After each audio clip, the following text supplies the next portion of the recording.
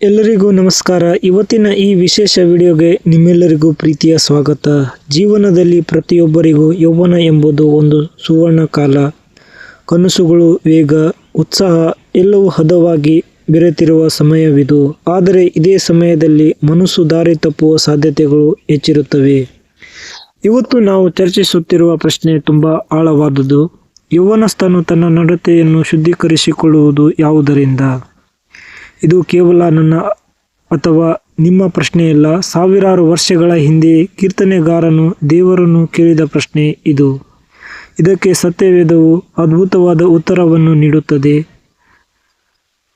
ನಾವು ದೇವರ ವಾಕ್ಯದ ಆಳಕ್ಕೆ ಇಳಿದು ಯೌವನದಲ್ಲಿ ನಮ್ಮ ಜೀವನವನ್ನು ಹೇಗೆ ಪವಿತ್ರವಾಗಿಟ್ಟುಕೊಳ್ಳಬಹುದು ಎಂದು ತಿಳಿಯೋಣ. ಕೊನೆಯವರೆಗೂ ನಮ್ಮ ಜೊತೆಗಿರಿ. ಸತ್ಯವೇದದಲ್ಲಿ ಕೀರ್ತನೆಗಳು 119:9 ಹೀಗೆ ಹೇಳುತ್ತದೆ, ಯೌವನಸ್ಥನು ತನ್ನ ನಡತೆಯನ್ನು ಯಾವುದರಿಂದ ಶುದ್ಧೀಕರಿಸಿಕೊಂಡನು? ನಿನ್ನ ವಾಕ್ಯದಂತೆ ನಡೆಯುವುದರಿಂದಲೇ. ನೋಡಿ ಗೆಳೆಯರೆ, ಇಲ್ಲಿ ಉತ್ತರ ತುಂಬ ಸರಳವಾಗಿದೆ, ಆದರೆ ಅದು ಅಷ್ಟೇ ಶಕ್ತಿಯುತವಾಗಿದೆ. ದೇವರ ವಾಕ್ಯ ಇಂದಿನ ಜಗತ್ತಿನಲ್ಲಿ ನಮ್ಮ ನಡತೆಯನ್ನು ಕೆಡಿಸಲು ಸಾವಿರ ದಾರಿಗಳಿವೆ. ಸೋಷಿಯಲ್ ಮೀಡಿಯಾ ಇರಬಹುದು, ಕೆಟ್ಟ ಸ್ನೇಹ ಇರಬಹುದು, ಅಥವಾ ಅಶುದ್ಧ ಆಲೋಚನೆಗಳು ಇರಬಹುದು. ಆದರೆ ಇವೆಲ್ಲವುಗಳ ನಡುವೆ ನಮ್ಮನ್ನು ಕಾಯುವ ಏಕೈಕ ವಚನ ಎಂದರೆ ಅದು ದೇವರ ವಾಕ್ಯ ಮಾತ್ರ. ವಾಕ್ಯದಂತೆ ನಡೆಯುವುದು ಎಂದರೆ ಏನು? ಅಂದರೆ ಪ್ರತಿಯೊಂದು ಹೆಜ್ಜೆ ಇಡುವಾಗಲೂ, ಪ್ರತಿಯೊಂದು ತೀರ್ಮಾನ ತೆಗೆದುಕೊಳ್ಳುವಾಗಲೂ ಇದು ದೇವರಿಗೆ ಇಷ್ಟವಿದೆ ಎಂದು ಯೋಚಿಸುವುದು. ಸವಾಲುಗಳು, ಯೌವನದ ಇಚ್ಛೆಗಳು.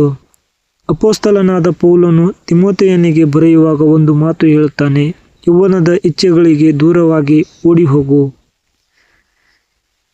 ಯೌವನದಲ್ಲಿ ನಮಗೆ ಬರುವ ಪ್ರಲೋಭನೆಗಳು ಸಾಮಾನ್ಯ. ಕೋಪ, ಹಠ, ದೈಹಿಕ ಆಕರ್ಷಣೆ, ಅಹಂಕಾರ ಇವೆಲ್ಲವೂ ನಮ್ಮನ್ನು ಆವರಿಸಬಹುದು.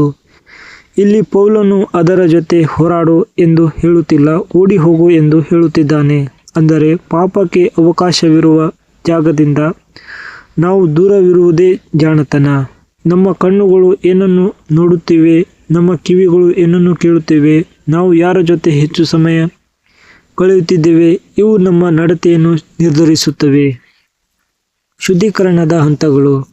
ಹಾಗಾದರೆ ಪ್ರಾಯೋಗಿಕವಾಗಿ ನಾವು ಇದನ್ನು ಹೇಗೆ ಮಾಡಬಹುದು? ಕೆಲವು ಮುಖ್ಯ ಹಂತಗಳನ್ನು ನೋಡೋಣ. 1. ವಾಕ್ಯವನ್ನು ಧ್ಯಾನಿಸುವುದು. ದಿನಕ್ಕೆ ಕನಿಷ್ಠ 15 ನಿಮಿಷ ಸತ್ಯವೇದ ಓದಿ.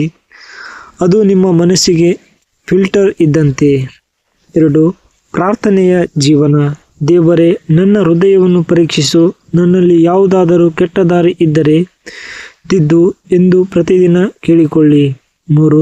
ಸಂಗತಿಗಳ ಆಯ್ಕೆ. ಕೀರ್ತನೆ 1ರಲ್ಲಿ ಹೇಳುವಂತೆ ಭಕ್ತಿಹೀನರ ಆಲೋಚನೆಯಂತೆ ನಡೆಯದೆ ಪಾಪಿಗಳ ದಾರಿಯಲ್ಲಿ ನಿಲ್ಲದೆ ಇರುವುದು ಮುಖ್ಯ. ಒಳ್ಳೆಯ ಸ್ನೇಹಿತರನ್ನು ಆರಿಸಿಕೊಳ್ಳಿ. 4. ಗುರಿ ಇಟ್ಟುಕೊಳ್ಳುವುದು. ದೇವರಿಗಾಗಿ ಏನಾದರೂ ಸಾಧಿಸಬೇಕು ಎಂಬ ಗುರಿ ಇದ್ದರೆ ಅನಗತ್ಯ ವಿಷಯಗಳಿಗೆ ಮನಸ್ಸು ಹೋಗುವುದಿಲ್ಲ. ದೇವರ ಕೃಪೆ ಮತ್ತು ಕ್ಷಮೆ. ಕೆಲವೊಮ್ಮೆ ನಿಮಗೆ ಅನಿಸಬಹುದು, ನಾನು ಈಗಾಗಲೇ ತಪ್ಪು ಮಾಡಿಬಿಟ್ಟಿದ್ದೇನೆ, ಈಗ ನನ್ನ ನಡತೆ ಶುದ್ಧವಾಗಿಲ್ಲ, ದೇವರು ನನ್ನನ್ನು ಒಪ್ಪುತ್ತಾರಾ ಎಂದು.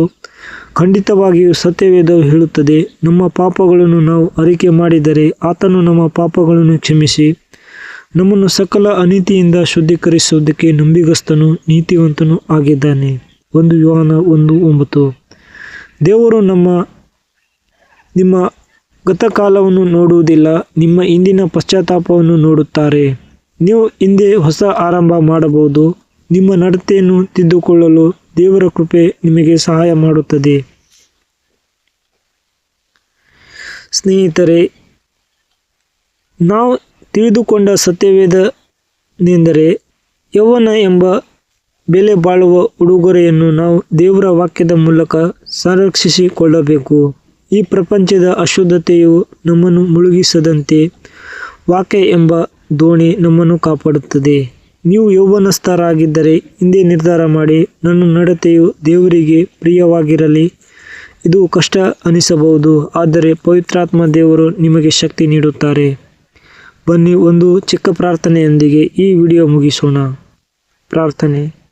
ಪರಲೋಕದ ತಂದೆಯೇ, ಈ ವಿಡಿಯೋ ನೋಡುತ್ತಿರುವ ಪ್ರತಿಯೊಬ್ಬ ಯೌವನಸ್ಥನು ಆಶೀರ್ವಾದಿಸು. ಅವರ ನಡತೆಯನ್ನು ನಿನ್ನ ವಾಕ್ಯದಂತೆ ಶುದ್ಧವಾಗಿಟ್ಟುಕೊಳ್ಳಲು ಅವರಿಗೆ ಜ್ಞಾನ ಮತ್ತು ಬಲವನ್ನು ನೀಡು. ಯೇಸುವಿನ ನಾಮದಲ್ಲಿ ಬಿಡುತ್ತೇವೆ, ಆಮೇನ್.